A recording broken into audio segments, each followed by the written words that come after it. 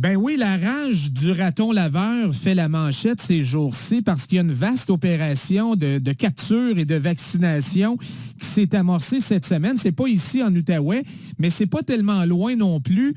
Et on va en profiter pour faire le point avec notre collaborateur Patrick Filion, microbiologiste et professeur au Cégep de l'Outaouais. Salut Patrick. DLP.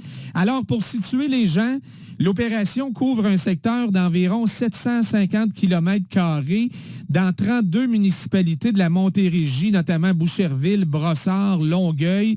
On parle d'une épidémie de rage qui aurait commencé en décembre 2024. C'est quoi le portrait, Patrick? T'sais, là, les chiffres vont peut-être pas impressionner les gens, LP, là, mais il faut comprendre que c'est une maladie qui est mortelle, qui est dangereuse. Là.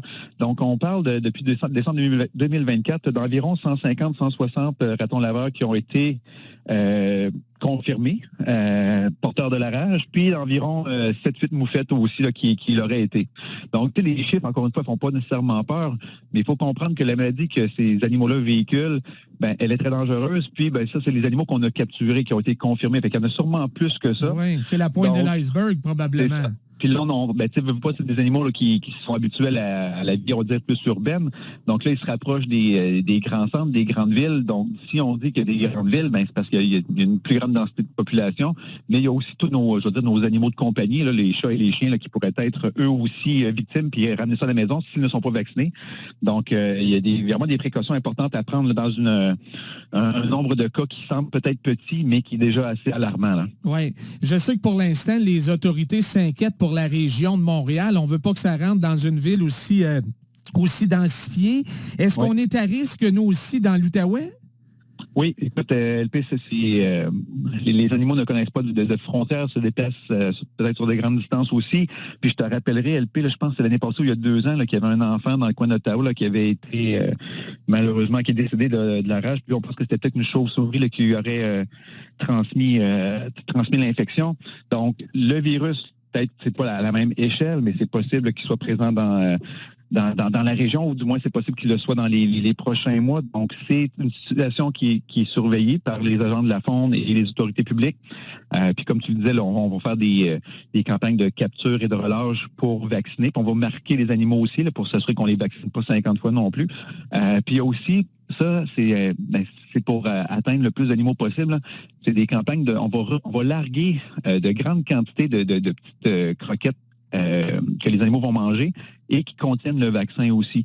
Donc là, c'est sûr qu'on ne peut pas savoir quel raton a mangé. Il y a peut-être un raton qui en a mangé 50 puis l'autre n'a pas mangé, mais de façon un petit peu plus à grande échelle, on va essayer d'atteindre ces populations-là de ratons et de moufettes qui vont être vaccinés par ces petites croquettes-là. Oui, parce que je disais que même les renards et les coyotes sont aussi à risque, mais eux, on ne les vaccine pas directement. Ça serait trop compliqué, Patrick? Peut-être trop compliqué. Là, je ne suis pas un expert au niveau de la faune comme telle. Là, c'est sûr qu'on cible les populations animales qui sont vraiment, on va dire peut-être les plus près de nous et qui, malheureusement, semblent être les plus touchés. Là. Fait que pour l'instant, je disais les moufettes, là, c'est même pas une dizaine de moufettes, mais les ratons laveurs là, semblent avoir une densité de population là, qui est un petit peu plus importante au niveau du nombre de spécimens qui sont infectés. Donc là, on cible vraiment ceux-là, mais la rage, là, c'est tous les mammifères. Là. Fait que ça peut être les rats, ça peut être les chauves-souris aussi. Là. Les écureuils, il y en a partout en ville, ils ne sont pas à l'abri non plus. Là. Non, puis tu sais, des fois, le danger avec ça, c'est que nous, on n'aura peut-être pas peur justement d'un écureuil, tu sais.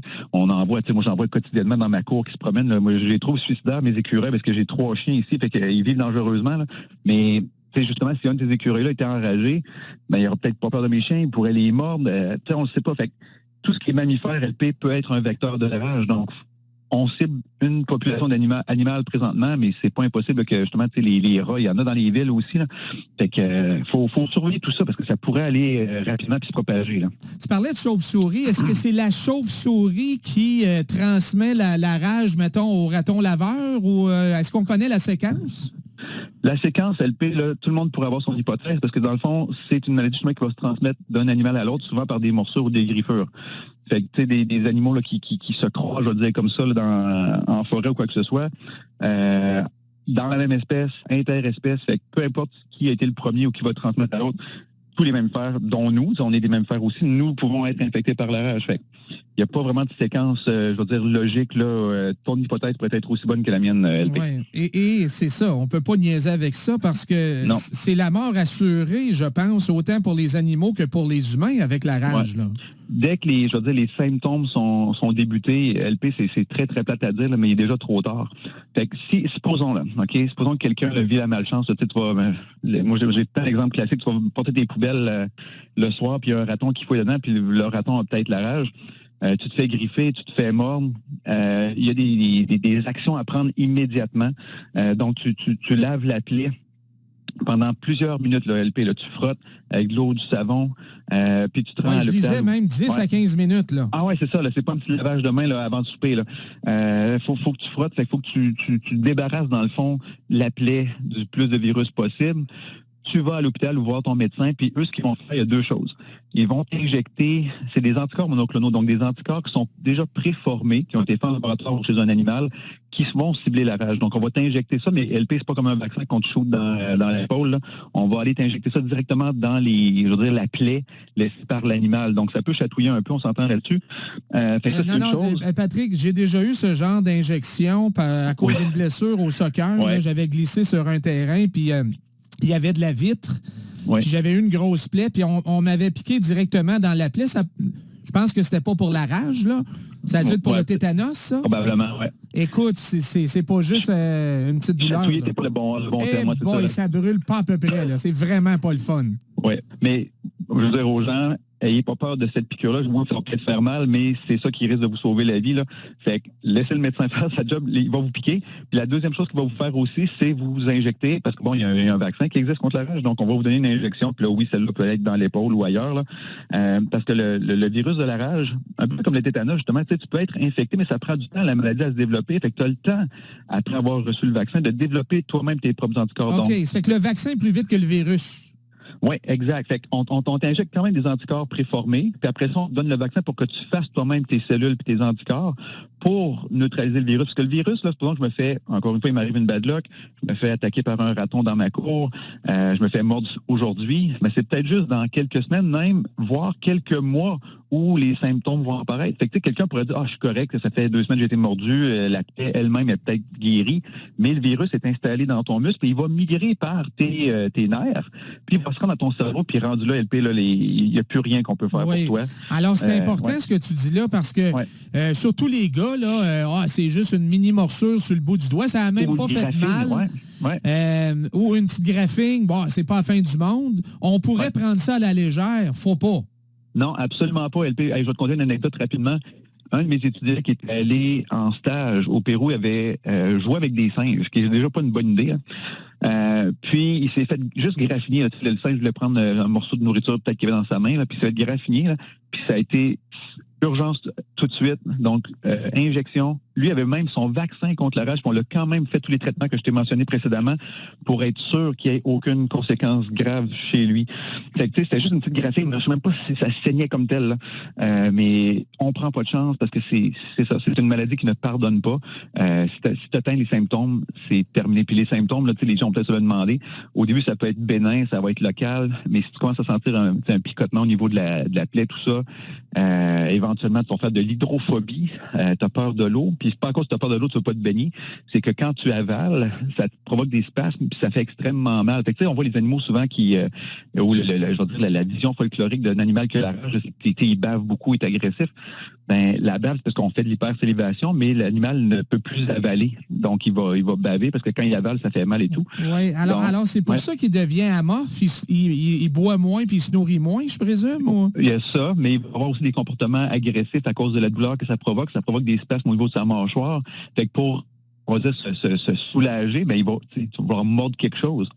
Fait que c'est comme le virus qui change le comportement de l'animal pour qu'il puisse mordre un autre animal ou une personne et lui transmettre le virus. C'est vraiment un peu bizarre que le virus manipule un peu notre cerveau pour permettre sa transmission. C'est comme intelligent, un virus, hein?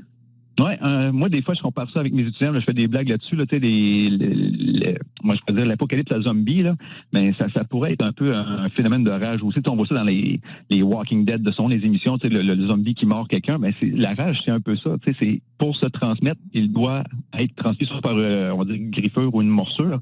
Donc, l'animal a envie, est agressif, veut mordre. Donc, c'est comme ça que le virus se transmet. Fait que, c'est un peu particulier de penser comme ça. Là. C'est peut-être mon... mais dernière question un peu niaiseuse. Là. Pourquoi on n'est pas tous vaccinés contre la rage jeune, puis pourquoi ça ne tient pas à vie, ça? Il y a 2 facteurs. C'est une maladie, généralement, qui est quand même très, très rare. Fait que, au niveau de la population, vacciner tout le monde, c'est peut-être pas ce qui est nécessaire. OK. Est-ce que ça pourrait se faire? Peut-être, parce que c'est un vaccin qui est accessible. Et juste te le dire, LP aussi, moi, j'ai été vacciné là, dans les derniers mois pour justement faire un voyage là, en jungle.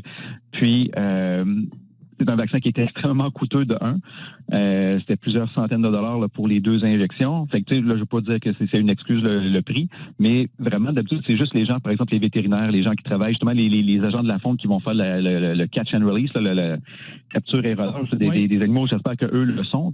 Fait que ça pourrait être un vaccin. Puis, s'il y a des gens qui travaillent avec des animaux je sais pas, qui vivent sur une ferme, c'est peut-être pas une mauvaise idée non plus là, de vous protéger, parce que le vaccin, va fonctionner, mais c'est pas un vaccin qui va fonctionner sur, comme l'hépatite, par exemple, qui va être pratiquement bon à vie, là, parce que la réponse immunitaire va être un petit peu plus faible. Fait elle fonctionne, mais peut-être juste sur un 3, 5, 8 ans, un peu comme le tétanos que tu fais à toutes les 8-10 ans. Là. Ça prend des rappels. Ça prend des rappels. C'est des rappels qui seraient, comme je l'ai dit, très coûteux. Mais si le gouvernement embarque là-dedans et on voit qu'il y a une épidémie vraiment grave, c'est peut-être quelque chose qui pourrait être offert là, à plus grande échelle. Mais pour l'instant, une région X, mettons, là, il y a un méga problème. Merci. Il ne faut pas prendre ça à la légère. On le répète. Non. Merci beaucoup, Patrick. C'est toujours apprécié. Ça fait plaisir, LP. Bonne journée. Puis on se reparle bientôt pour tes conseils d'été. C'est sûr. Comme promis. Patrick Filion, microbiologiste et professeur au Cégep de l'Outaouais.